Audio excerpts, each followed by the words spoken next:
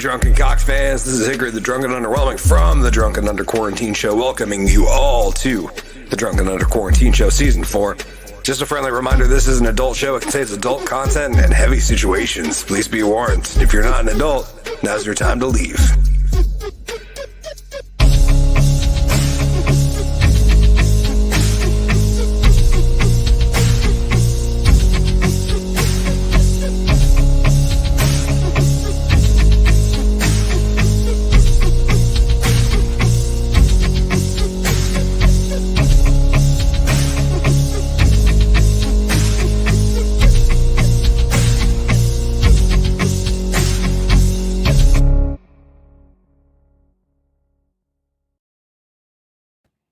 Good evening, ladies and gentlemen. Welcome back. I'm, of course, Hickory, the Drunken Underwhelming. Welcome to the Drunken Under Quarantine Show, Season 4, Episode 6. Happy Pride Month, everybody. We're going to have a whole lot to get into, as I assume will be for the rest of time, because there's always a lot to get into. So without further ado, let's get into the show.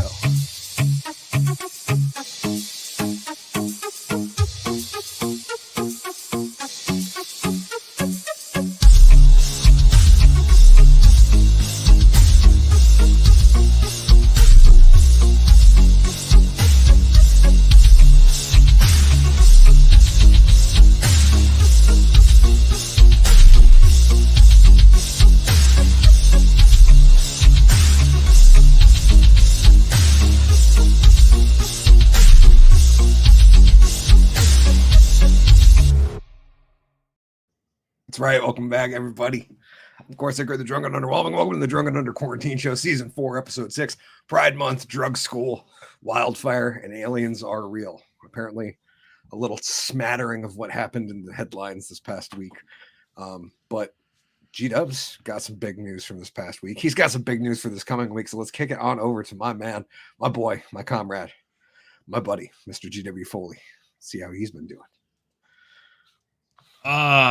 Crisscross will make you jump. The Daddy Mac will make you jump.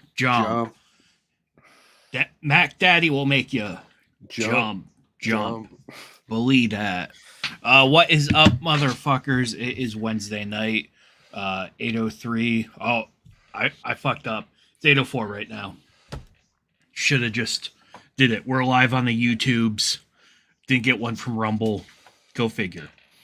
Go fucking figure. Of course not. Yes. Check the rumbles. Yes. So fun story. Fun story. I went to Vins today. For those who aren't from Vermont and never took that field trip as a child, Vins is I can't remember what it stands for. But it's a bird sanctuary. And they have a bunch of raptors that can't be released. So they keep them there. And it's impressive. Those are some big motherfuckers. I do not want a bald eagle stealing my dog. Because they could. Big bird. Yeah. They were doing an exhibit when we got there. So we went to it. And part of the exhibit, this bird flies over the audience. And just once I was wishing that it would land on one of the kids and like crush their skull a little bit. Because fuck them kids. Fuck the kids. Fuck them kids. Fuck the kids. Fun nerve-wracking news. I'm shooting my student film on Monday and Tuesday of next week. It's called The Hack. I guess I can release the title now that we're going to be in production and this is actually happening. It's the story of a comic who, through some personal problems that he's had, can't create, is having trouble creating things, and how that affects him. And it's a dramedy. There's some funny stuff in there. And then, yeah, there's some serious stuff too. It's well rounded, and I can't wait to release this to the world. Yeah.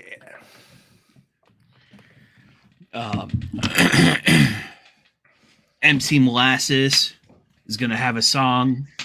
I don't know. Maybe I might talk him into making something exclusive for the film. Depends on how hard that's going to be for him. Because motherfucker's always making something. Always making crazy. something. Of course, there is that piece that he made for me that I never got to use before. So the GW trombone piece. Yeah. So all right, you'll get there. Yeah. I may use that. Anyways, fucking that's enough of me rambling. Let's get to the real reason why we're all here. Hickory, the drunk and underwhelming.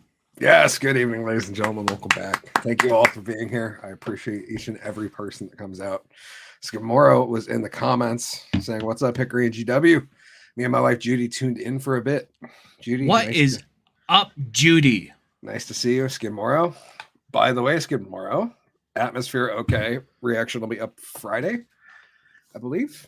I'm pretty sure it's Friday. It's either Friday or next Monday, but I'm pretty sure it's Friday. And I give you a little shout out in the beginning there for suggesting that. So thank you. And that video is cool as hell. Lately, the reactions have been I'm in a rabbit hole of geriatric old men who are some of the best rappers I've ever heard. And I'm loving this rabbit hole I'm headed down right now. I finally did a Northern Boys reaction. That'll be up next week. It's kind of my happy Pride Month video. Because I don't know anything about the Northern Boys, but one of the dudes was definitely in a dress talking about tucking it. So, yeah, that's the Pride Month video. So, 2 birds, 1 stone. It was a request from a subscriber, and it's also getting the Pride Month content out of the way. I do apologize. I did forget. I did think about going into and putting a rainbow overlay on her logo, but you know, sometimes you don't have time when you're doing too much other shit. Like getting MC Molasses hats in finally. This is the first prototype. This one is in Kelly green, black backing. It's a Richardson 1112, I think. Pretty standard hat. I also got a black and orange Yupong and a black and orange, although they're in the other room, so I don't have them to show on camera, but a black and orange with a printed leather patch that's got grass printed on it with the MC Molasses logo. Shh. No, he just wants to be a star too. No, he wants to play fetch. Oh. Stop. It's okay, buddy. Oh, he can't hear me anyways because you have headphones on. Yeah. I thought you were talking to me. The other reassuring me it's going to be okay. I have secured the drum kit. Bum, bum, bum. That's about all the view we're going to get right now because I'm missing a few parts, but the electronic drum kit's getting brought up to snuff, and yeah, I got to build a leg for it. It shouldn't be too hard, and I got to order a couple parts like power supply because that cord was definitely done, and I was not playing around with with the power supply. I was like, you know what, it's $30. I'll just order a new one. So here you go, Roland. I got a free drum kit. You're getting my $30 for a power supply, sticks, and then a MIDI to USB cable. And we'll have live drums in the studio. Well, maybe not quite live, but electronic drums. They will sound better than if I had live drums in the studio because I have no way to. The studio is like foamed up and it's got enough dampening that you can record vocals or an acoustic guitar in here, and it's all right. But drums would just be way too much for this room, and there's no way you'd be able to get a clean recording in here. It would just sound like you were playing in a fucking hallway. We got a yapper dog here too, but he's quiet now. Maybe that's because GW's dog scared it. Sorry, I think he's Done. The doggy sounds so big on the TV, Mom and Dad. I'm gonna go hide. It makes me wonder what happens when dogs hear other dogs on screen and stuff. Because I know the cat gets real interested when she hears a cat, and she seems to get real confused when she hears like a recording of herself. Yeah.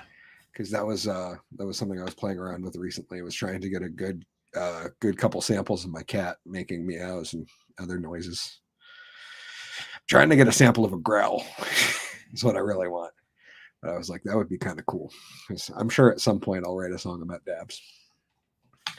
But yeah, that's about all I got. Other than I realized G-Dubs, and we'll talk about it before we get into the regular show, because I thought you might bring it up, but you were a part of an event recently that was pretty cool. Oh shit! Yeah, I'm gonna kick it back over to you and Okay. let you share that story, because that one deserves a few minutes of highlight as well, my friend. Is it wrong that I totally forgot about this? Well, I mean, the movie is exciting as shit. Like, yeah, you finally getting to the point where we're going to record the film and have audio and extra staff on hand to help out. And the cast is an all-star lineup, and it's going to be one of the last things we do with Ryan Kenyon before he makes his move. So it's, I don't blame you, because it's not my project, and I'm very excited about being there and helping out and getting to be a part of it and see this magic happen, and then be a part of the whole process and get to see it like become a thing.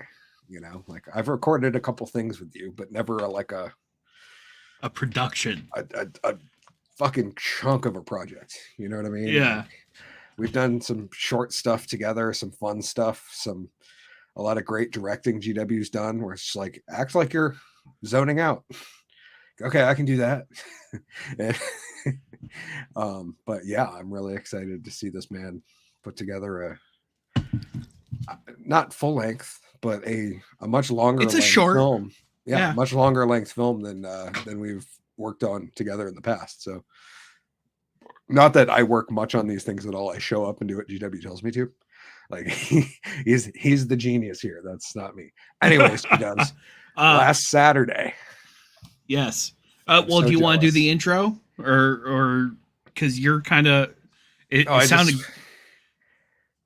Okay, so last Saturday, well, before that, previously, last Wednesday, when before the show, friend of the show, dear friend of ours, love this man greatly, Pierre Vachon. Yeah. He texts. We have a group chat, and he texted and said, "Hey, does anyone want to be a pro wrestling referee?" And I had to think about it for about 10 seconds and said, "Yes, I would love to learn how to do that." And he said, "Okay." And Saturday, I reffed not only one, not two, not three, but 4 pro wrestling matches. Shit. I didn't realize you were like doing. Wow. Okay. 2 of them were championship matches. G-Dubs, just for perspective, how many matches were on the card? There were 7. So you reffed the most. Yes. Out of anybody who reffed. Were the other 3 ladies matches? No. Oh, okay. No. So it wasn't like you were the only dude ref. Right. Okay. Yeah. Because I don't think that's necessary, but I tend to notice that a lot is that ladies ref ladies and men ref men. I don't know if that's like universally true or has always been true, but I noticed it at the last independent show we were at, and I've noticed it on TV a lot. Not that I watch a lot of wrestling on TV anymore. That's starting to change now. There's a lot of women refs, and by like, I am no means like saying I was great. I ate some humble pie because it's a lot of work. Yep. It's a lot of fucking work. You have to remember the rules. So when people start breaking the rules, you can do something about it. So you could actually ref. Yes. You have to make sure you're in the right spot at the right time.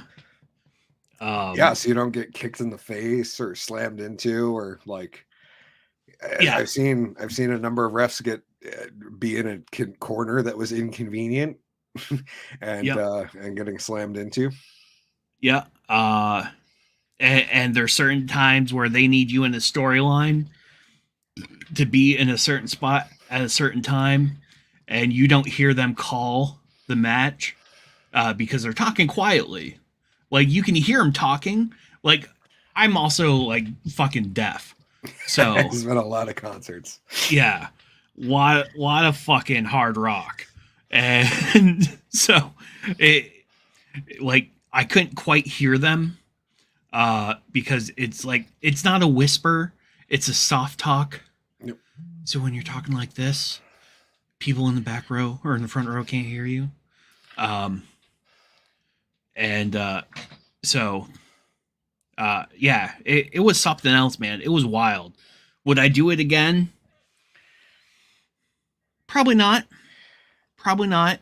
But it was a life experience, and that's what I'm trying to do with my life is have experiences. I'm insanely jealous, man. I'm so bummed that was like the one Saturday I had to work past 3.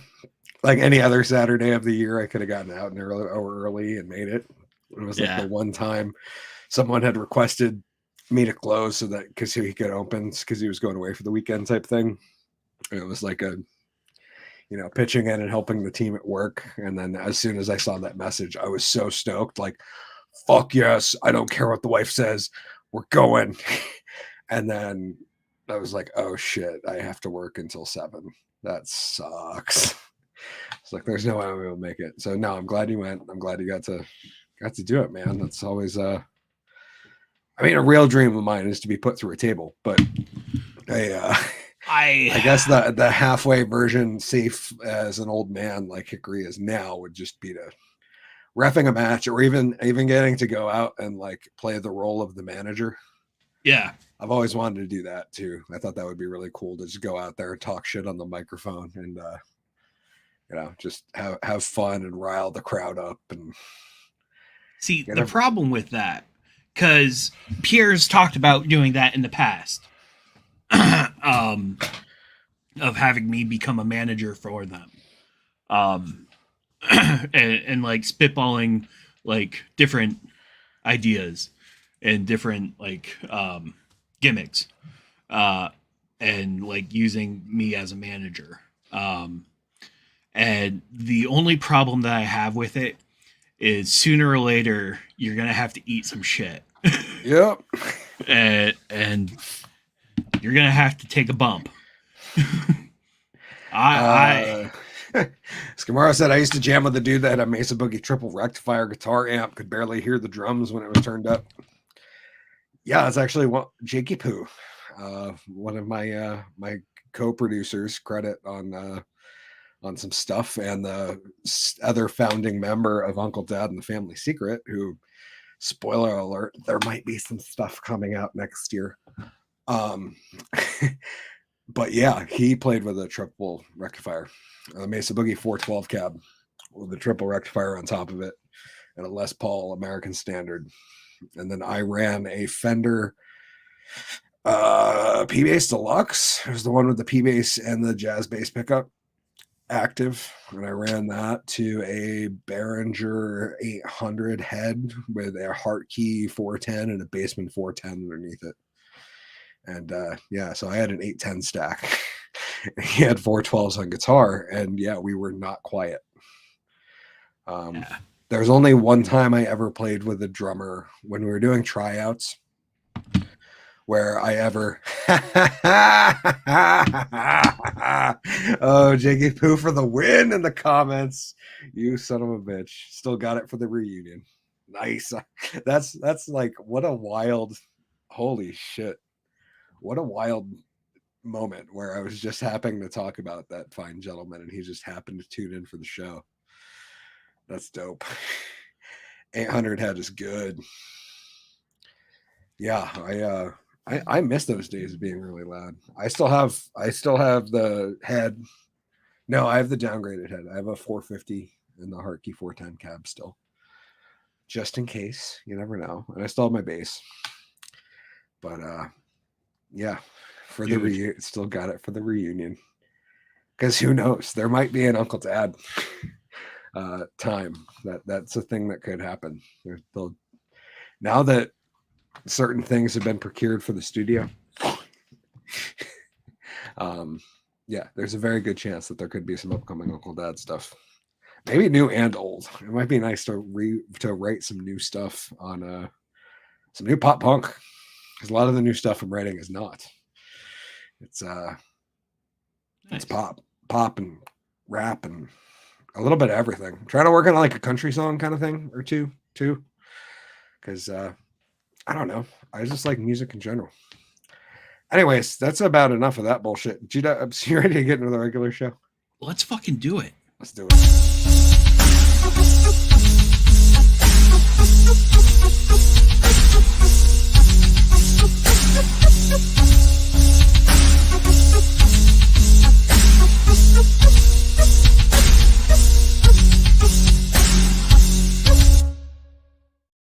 Actually, I might have spoken too soon because the Hickory, the Uncle Dad and the Family Secret reunion might actually be next summer, which I haven't really shared with Jakey Poo because it's kind of my 10-year wedding anniversary is going to be next year. And we had a fucking party at my wedding. And then we got to the point where like, we want to do a 5-year wedding anniversary, and then it never pulled together. We're like, we're going to do a 1-year anniversary or a 5th-year anniversary party, and it never happened. And then COVID hit. Now we're finally at a point where we're like, next year.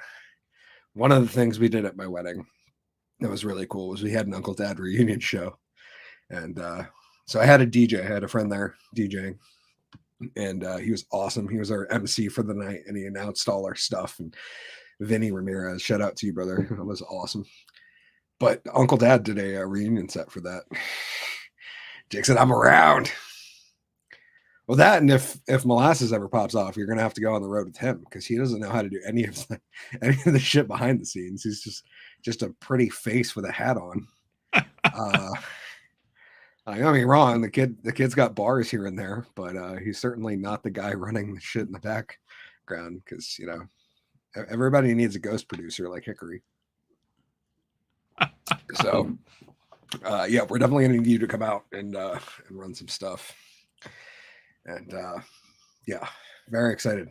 I don't know if you were here earlier, Jakapoo, and I showed the drum kit, and it's 2/3 glory, just chilling over there on the third cam, just ready. So at some point, that's going to be one of the magic segments on the show. So I'm just going to get up and play a drum cover. I'll do something fun though, and I'll sing to it. It'll be like a 90s cover that's like super iconic. He says, I'm press the play button for you. Yeah. And we got to come up with a good DJ name. If you're like, because Jakey had a couple good DJ names, but I think he needs to find one and just like either keep one of the old ones or like cement a new one, and like we'll create like a graphic and like some branding. And because Jakey, you could really be producing and making some serious side coin because you're fucking awesome. But DJ Meat Cloud was always my pick for him. I don't know if he really liked that one though, but it just had like this had this ring to it, right? DJ Meat Cloud. Is it too offensive? Because it's just a fart, right? It's like a fart joke. Is it? I don't know. I always took it to be like a fart joke, but it was also like strong. Meat Cloud. I don't know if I've ever heard Meat Cloud before. No, Meat Cloud's a good one. Also, DJ Vulture was another one, but that sounds like it's been taken. Which is solid, but yeah, we'd have to go do some searching. So like Molasses had to do that when he first went to upload on everything, was find out if there was another MC Molasses. I think there is some other rapper who goes by Molasses, but it's not MC Molasses. So we said, fuck it. we're going with it.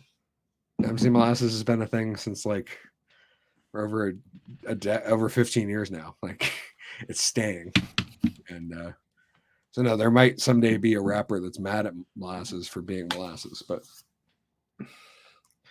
I like DJ Vulture. I'll look into that name. Yes, please do. Because if so, we should probably register it on Spotify and all that shit and put up like at least you should get a track ready, and then at least we can have one up there. And then it makes it a lot easier for the future to cut the distribution. So if you produce something and you get distribution royalties or if you produce something and you get producer royalties, you actually get producer royalties. And you can do that for lots of different artists. Just saying, because he's a talented musician.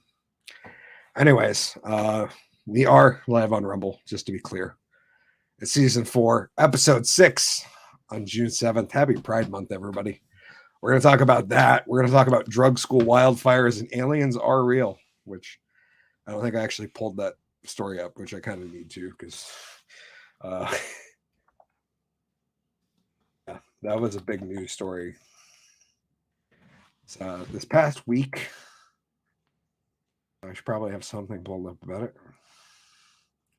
Yeah, nothing to see.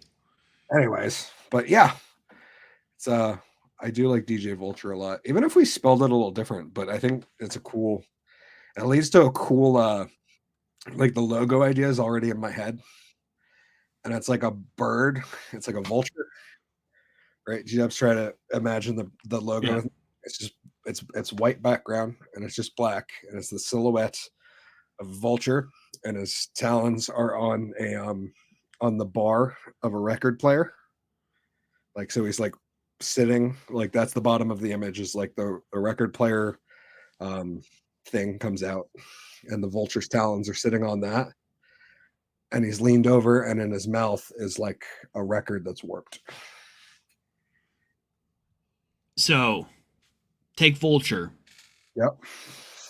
Take the DJ part, put it on its side, and use the J as the record arm. And so it can also look like the D is part of a record. Yeah, and the J comes up and over Vulture. Yeah. Like it's like a record arm dropping onto the record that is Vulture. Yeah. No, it's a really great idea. Huh? Yeah, Who's we should. That's what we should do. G-Dubs. We should start a show where people just pitch us logo names, and we give them random ideas. And that's the whole premise. Is us just like, oh, you guys need a couple creatives.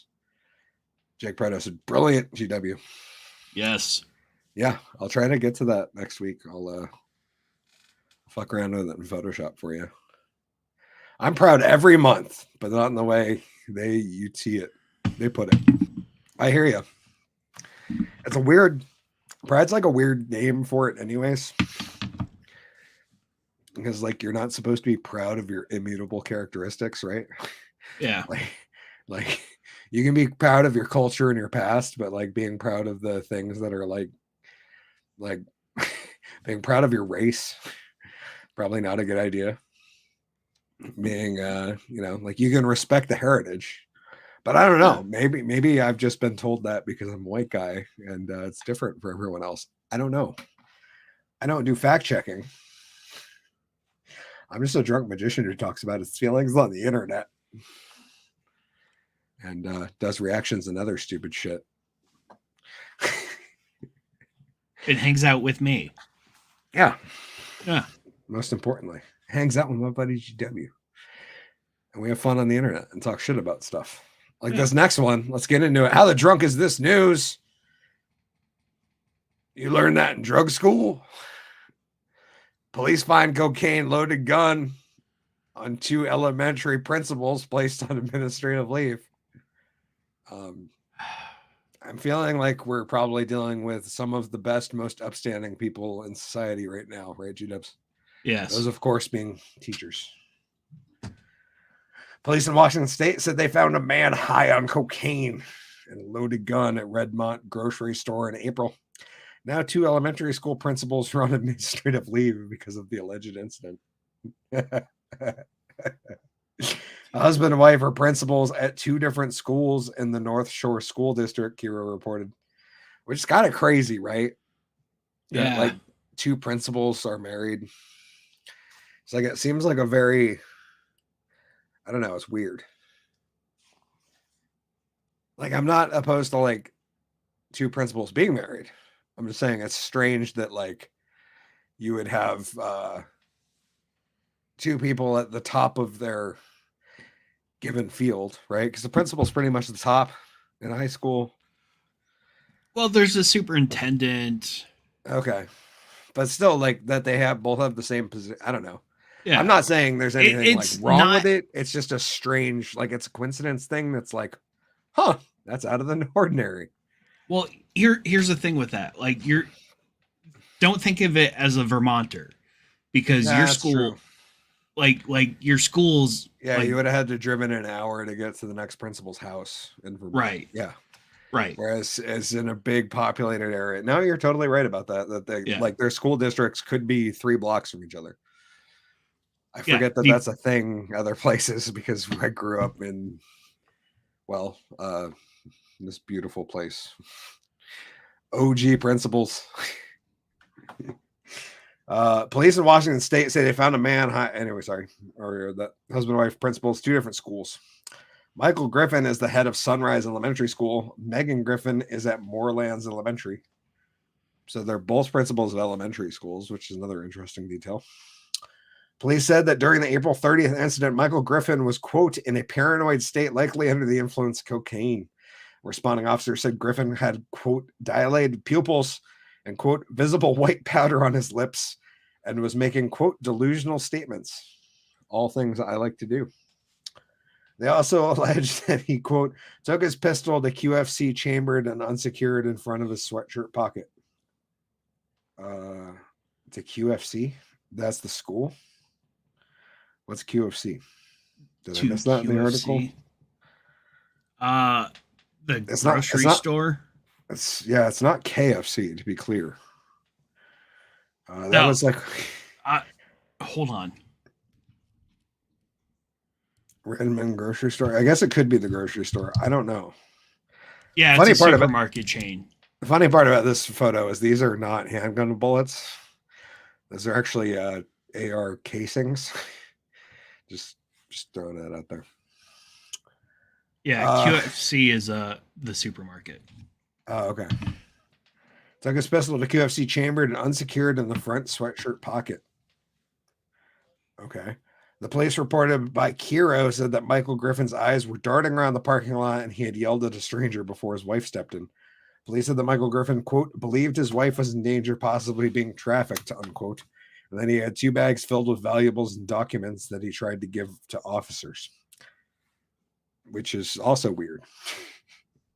Michael Griffin was taken to a hospital and was eventually put on leave May 9th after the district learned of the allegations.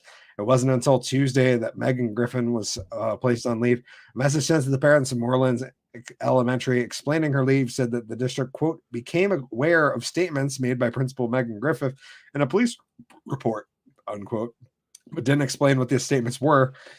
Kiro, K-I-R-O, the news station, obtained a copy of Megan Griffin's handwritten statement saying that, quote, a recreational drug use began about a year ago while on vacation. It increased recently, unquote. She then described Michael Griffin's paranoia. Quote, Michael and I went to see our primary care doctor on March 22nd, 2023. The doctor told us we needed to stop the use of cocaine and that the next checkup, the doctor would do a full workup, check for anything else that could be causing the delusion, she wrote. Police made no arrest, did file an extreme risk protection order, allowing them to take the couple's firearms into custody. So that was back on March 22nd. And on May 9th, he was suddenly arrested at a grocery store. Yeah. It seems like they did not take the therapist's advice, G-Dibs. No. That's why you don't do cocaine, man. Secondly, why do you tell your fucking doctor about your actual drug habits? That's like a whole nother level of concerning shit here. Like, is there literally anyone that takes that shit seriously and actually explains to their doctor the amount of drugs and alcohol and other shit they consume? I do. Yeah. Yeah. Cause I'm unhealthy. Like, they need to know all the crazy shit I do. Okay. See, that's fair. I don't think you're in the majority though. Yeah. I think you're in the minority of people that feel like some type of shame about their usage. And they're like, yeah, no, I drink like 2 beers a week. Well, And it's like, also, no, I drink like 2 beers an hour every night of the week. You know, like here's the thing. I'm not that big of a drinker. Like, you know me well enough. Like, you've seen me get shit faced. no, Like, I agree, but it I'm doesn't take me also. much. Have you never lied to them about how much you're smoking? Uh And I'm not trying to call you out. Like yeah, no. this Uh is just I I'm may pad the curious 'cause numbers. I always just assumed that everybody lied to their doctor about that shit. Uh Um, well, when it was illegal, I yeah, I didn't say shit. you used to talk about your marijuana usage more, not as openly Yeah. as you would necessarily now. Yeah. Where you're like, yeah, I can probably quantify that I smoke about this much. Yeah. Yeah, as Eh, opposed to back in the day where it was like, no, I don't smoke anything, even though I totally sound like I smoke weed every day. Yeah. It's you have to be honest. Like I'm getting to an age where like I'm at, because of my weight, I'm at like higher risk for heart attacks, and if they don't know what I'm on, it that could be deadly. No, I agree. I'm not hating. I'm just Yeah. I didn't expect that to be the. Yeah. I was expecting you to be like, yeah, of course I have. I mean, I 'Cause, have in the past. Yeah. Oh, okay. Yeah. No, that's fair. So like you've not as much in your older age, but at Yeah. a time when you were like younger and more engaged in debauchery. Yeah. Oh, Like you probably yeah. would have lied because I would have lied. I would assume that's not like the only thing people lie to their doctor about. Like I would be like, yeah, I totally exercise 3 times a week, and no, I don't eat many donuts. You know, like I feel like that's really like common.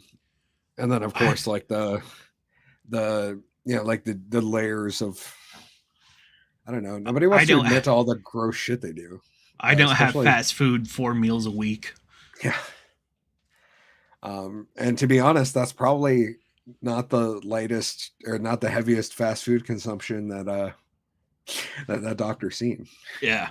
You know what I mean? Like it's like only 4 times a week. That's pretty good. uh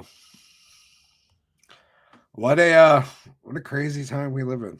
Speaking of which, and crazy times, and getting into the next crazy fucking story that we're covering this week is I didn't pull up banners again, but I might just continue not to do that because I don't care. That could be the season 4 trend. Oh, New York. G-Dubs, what's the thing you were most hoping for out of a vending machine? Use panties. I'm going to say I'm kind of bummed that panties didn't come to vending machines before crack pipes, but here we are, ladies and gentlemen. New York City, first public health vending machine in Brooklyn, stocked up with free Noxalone and fentanyl test strips. Yeah, New York, instead of snacks, a new vending machine in Brooklyn is stocked up with Noxalone. I don't know if I pronounced that right, but I don't really care. I just kind of say it like it's hood. I assume that's how they pronounce it there. That and I want to switch the L and the X because it's easier. Like, right, if it was like Naxalone instead of it's like Naloxone, it just doesn't have as smooth a flow. Nalazone. Nalazone?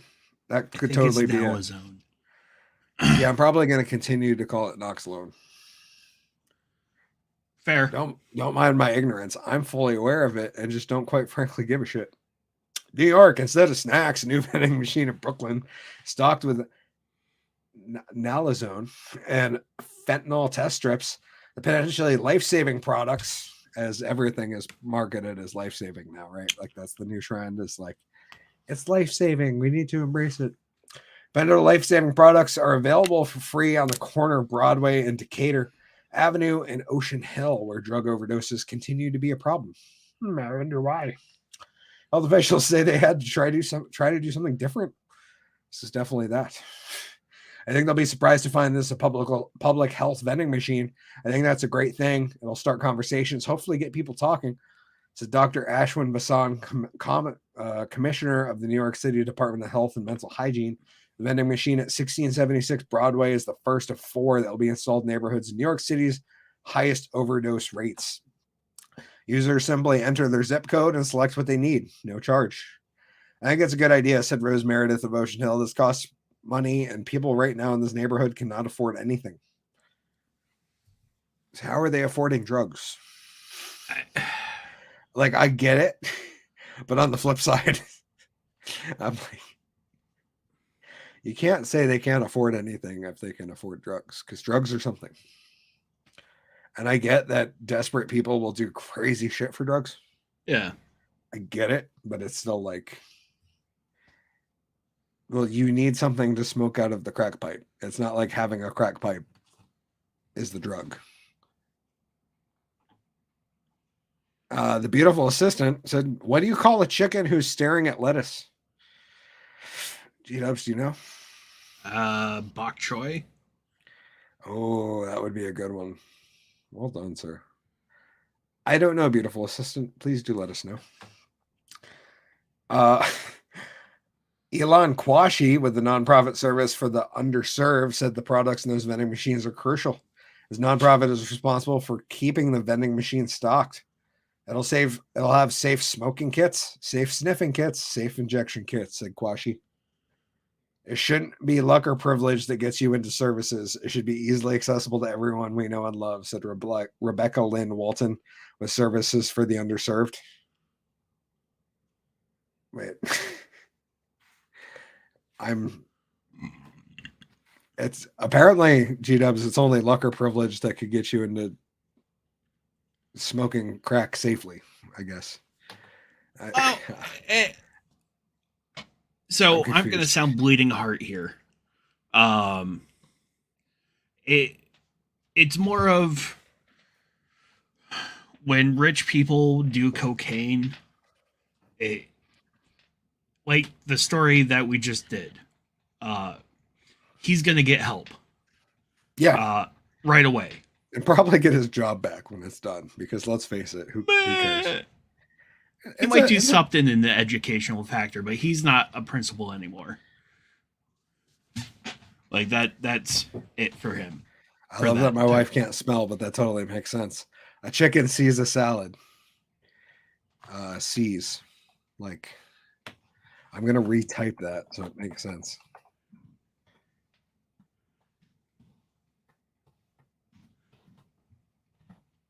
I was going to say, the way that she writes it, it's a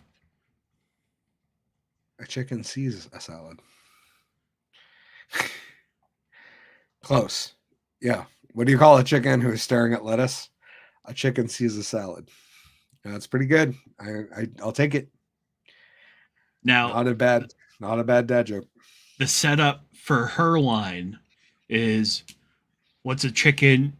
What do you call a chicken who takes a salad? What do you call a chicken who takes a salad? Yeah. A chicken sees a salad. Because she's seizing it. So I'm trying to make her point. Would that be SEIZE though? Oh yeah. Autocorrect. Hashtag TikTok. That's right. My wife's been corrupted by the Chinese. Yeah. Yeah. Anyways, so and typically, like, those services are harder to render in poorer communities. I mean, that's fair. So, and people look down at crack more than cocaine use, which it's kind of like saying, like, oh, you're a hash smoker, and like while the person smokes weed. Like, yeah, you're doing the same thing, just it's the concentrate level. So like, I get having those types of machines or vending machines, and it's smart. Like this is like I. Here's the thing.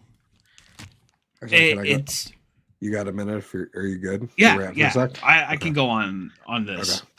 Okay. Here's the thing with this is that we should have open rules about drugs and narcotics. But in order to do that, we need to have these policies. Like the goal should be regulation and making sure that it's the purest possible product possible. And with that, there should be more of a I'm lacking the words, but more oversight and to get people help, because that's the true issue of this, is that people need help, and anyone who does drugs has some sort of like you there's some sort of past trauma that is typically associated with drug use, and you need to correct that problem, and the drug use will go down. So while I'm not a fan of self-medicating, I believe that we owe it to the people who are self-medicating to do it in the most humane way possible. Like, they also have to be smart about it. They have to like know their limits and know what they're doing. Like there's a responsibility on the user as well. Like, I don't want people thinking like, oh well, that they just pass shit out, and no, well, like there's a thing with using that you need to take responsibility regardless of what you're doing.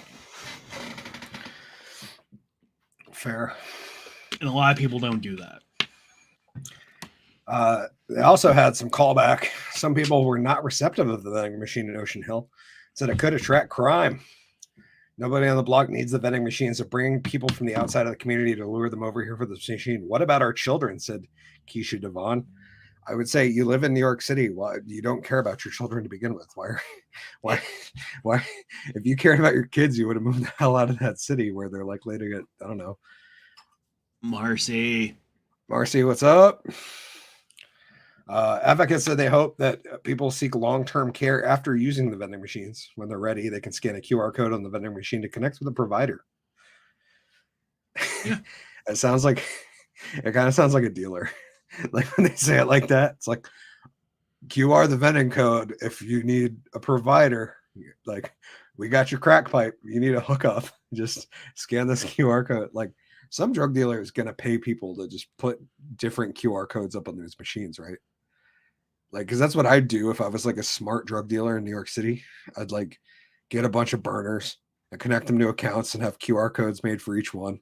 And then I'd get the QR codes made at like the sketchy shop that doesn't check your, anything, just takes cash.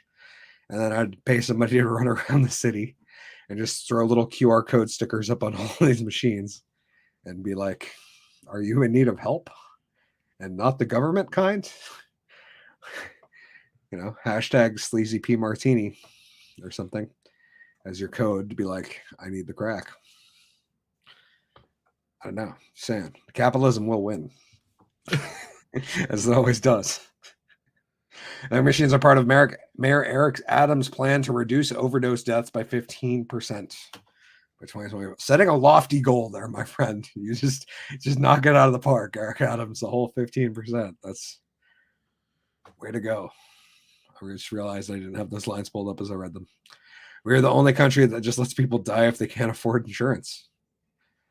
Although we're also about to be a country that if you still have insurance, we're going to, just like Canada's done, Now they just prescribe death. Skamara said this was your brain on drugs. Nah, that's fried egg. They must have been doing drugs not to recognize the difference. I really like the one. There was one that a picture that's like, this is your brain, and there's an egg, and this is your brain on drugs, and it's a cracked egg. And then it was, this is your brain on super drugs, and it was a picture of like a Denver omelet with hash browns and toast and chopped fruit on the side. We need to just eliminate drugs. Never gonna happen. So I would agree if I thought that was a plausible solution, Marcy, because that hearing it like put simply like that and just being like, if it was just something we could like snap our fingers and it would go away. Well, and that comes with the problem of what are you considering drugs? Yeah. Like, I mean, I'm sure we could all agree that cocaine is a drug and heroin is a drug. But heroin has its uses. Well, cocaine, to be fair, has it's medical. Yeah. Medical grade. There's medical grade cocaine. Just like there's medical grade amphetamine and medical grade methamphetamine. And pretty much everything but weed is listed for medical use. Even fentanyl. Fentanyl was originally incepted into medicine because it's wicked fucking cheap.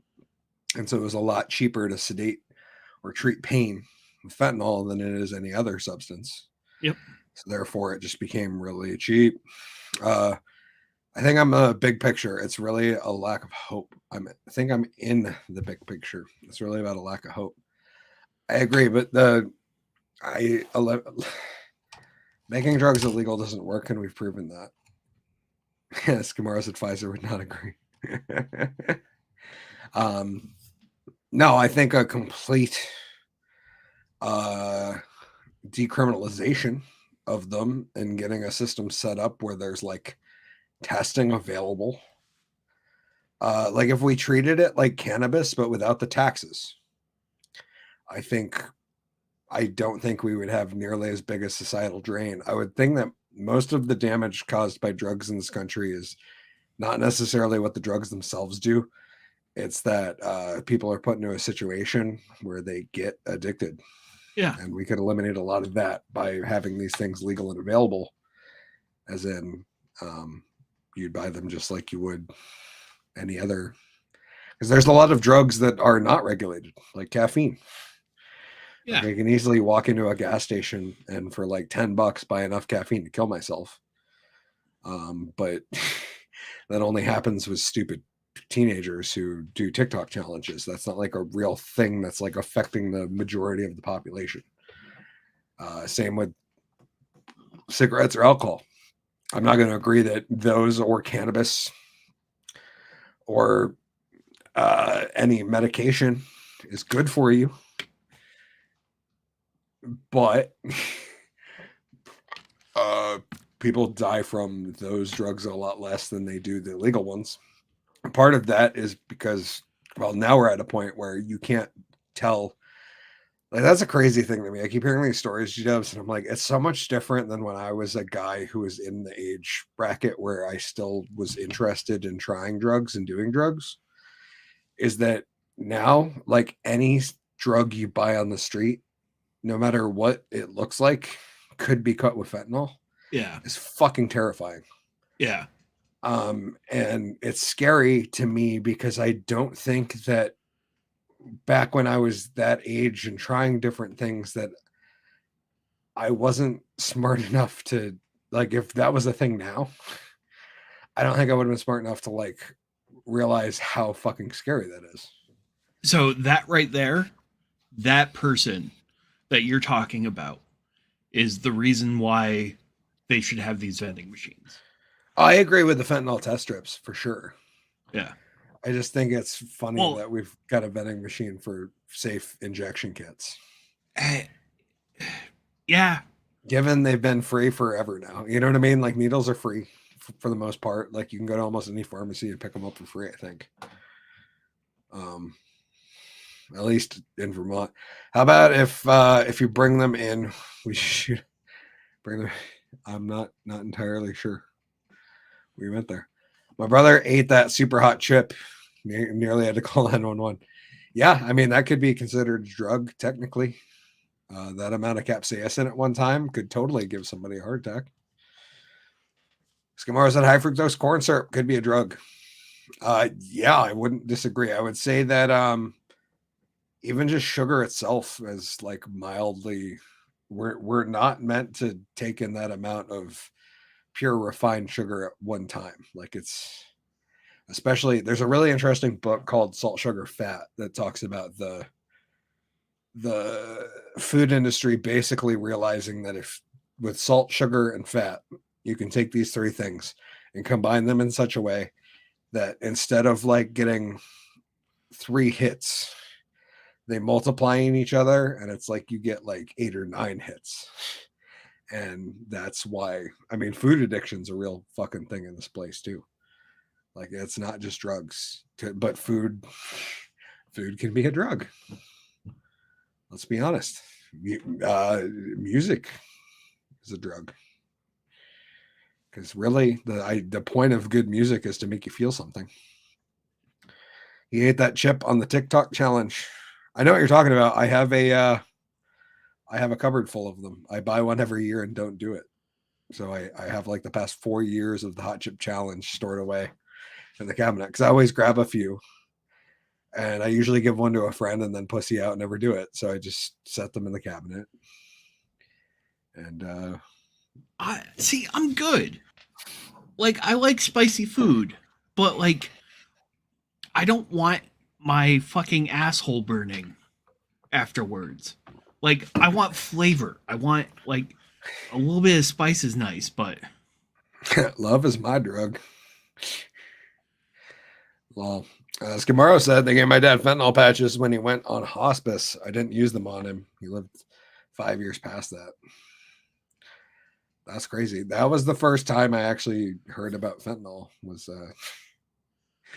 I was friends at the time with a dude who was homeless who lived in Rutland, and we were hanging out one day. And before he went into like an appointment, he's like, "Hold on, I gotta do something real quick." In the backseat of my car, proceeded to like cut and cook up a fentanyl patch in a spoon and inject it. And it was the wildest thing I've ever seen because I had like in my head, I was like, if that's all of a patch at once, that seems like a lot because those things are meant to last like I don't know about much about drug patches. A nicotine patch is supposed to last 24 hours.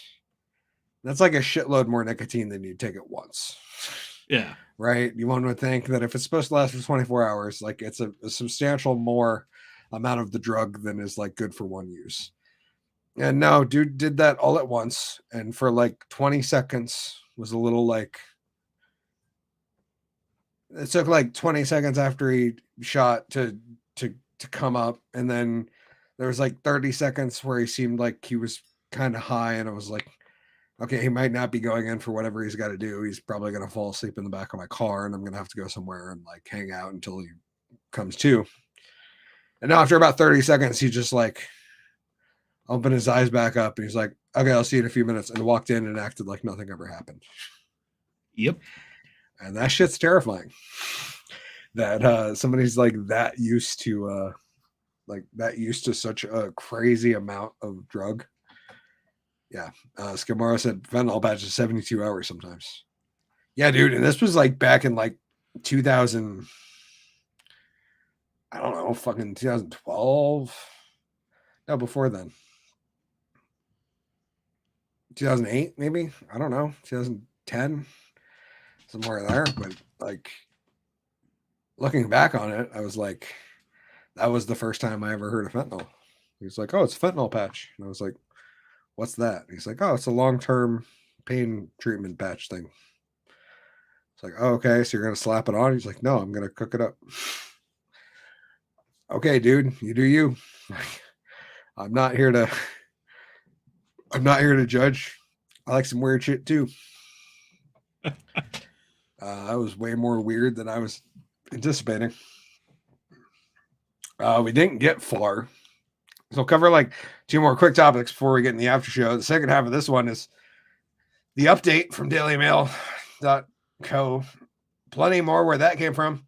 New York City's first safe drug vending machine is is replenished with Narcan, fentanyl strips, and condoms, but no more crack pipes after residents ransacked first stash in 24 hours.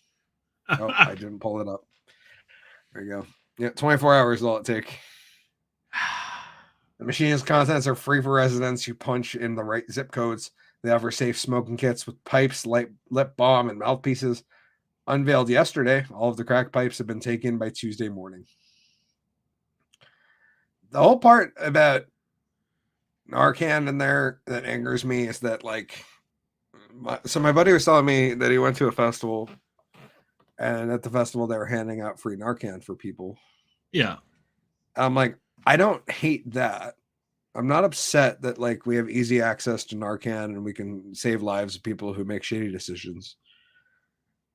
What I'm pissed off at is that a fucking EpiPen is still $800 in this goddamn country. And there's free fucking Narcan everywhere.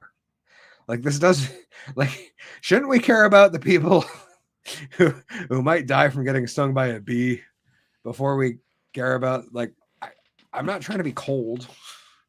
Like, I don't wish any ill will on someone who's going to, you know, inject fentanyl. I wish them the best.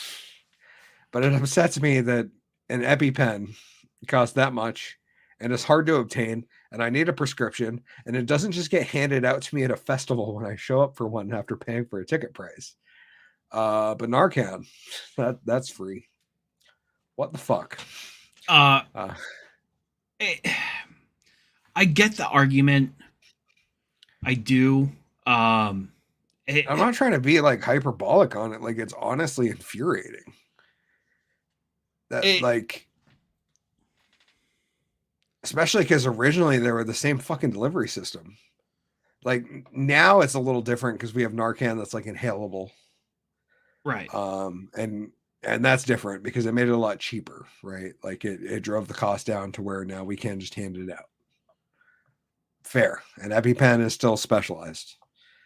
But the fact that even with insurance, it's like $800 to get a goddamn EpiPen. And those are for people who didn't do anything to cause their own situation. Like, my dad is allergic to goose shit. He actually calls Bernie about this at least a couple times a year and complains to Bernie that, hey, even the first responders in my town don't carry goddamn EpiPens on them, but they carry Narcan. Yeah. Well, there's no excuse that they aren't.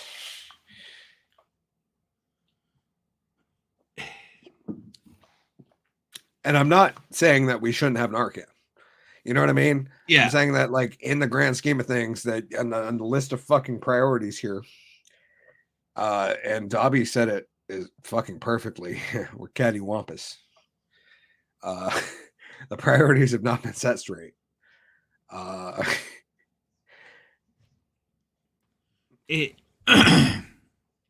So the reason why they are set the way they are is they're doing a risk-based analysis on what is killing the most people. Yep.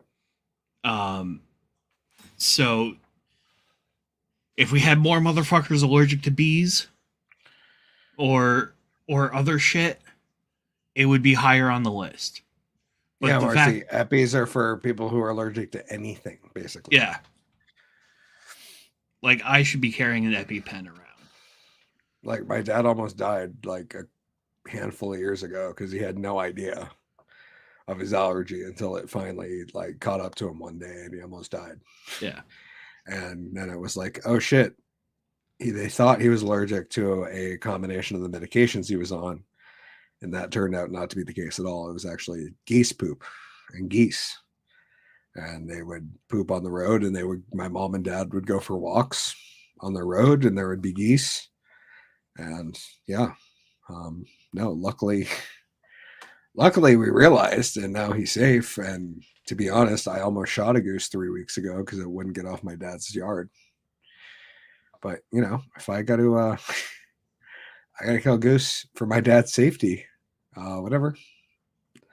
They're tasty. But yeah, it's a weird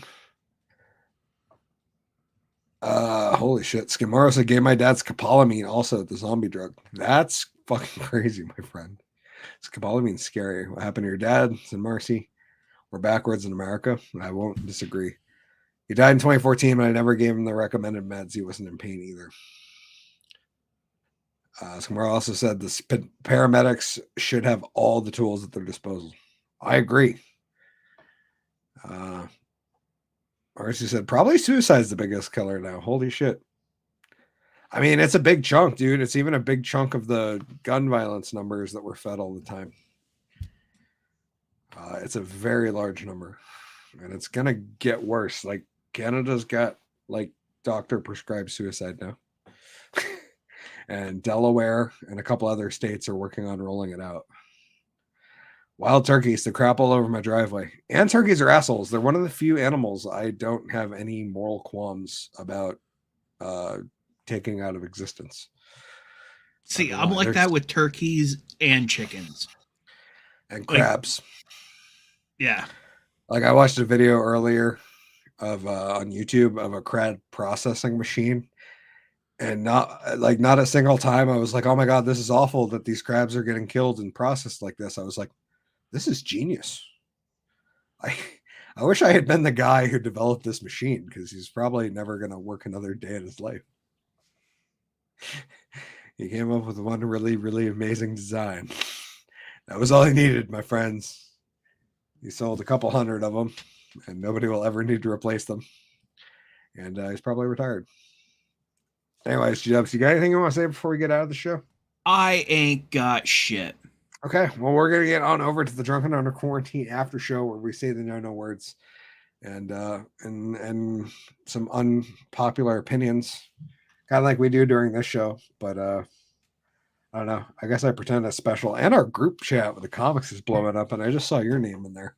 Yeah, G-Dubs will have to check that. Anyways, without further ado, we'll see you guys over on the Drunken Under Quarantine show after show. Thank you guys for joining us in season 4, episode 6. Skimaro, Marcy, the beautiful assistant, Jakey Poo. We love you all. You guys have a good night. Until then, Drunk Magician out. Cheers.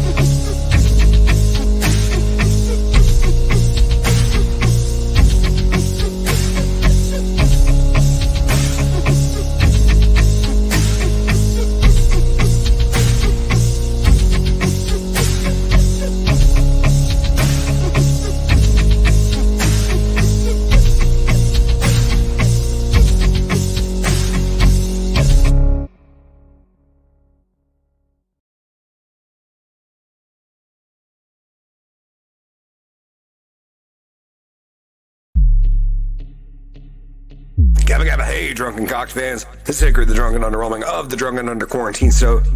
Welcoming you to the Drunken Under Quarantine show season 4 after show, brought to you only on Rumble. This is a very, very, very adult show containing a very, very adult subjects. So please, if you're not very, very adult, or pretty much a kid that's over 21, now's your time to go.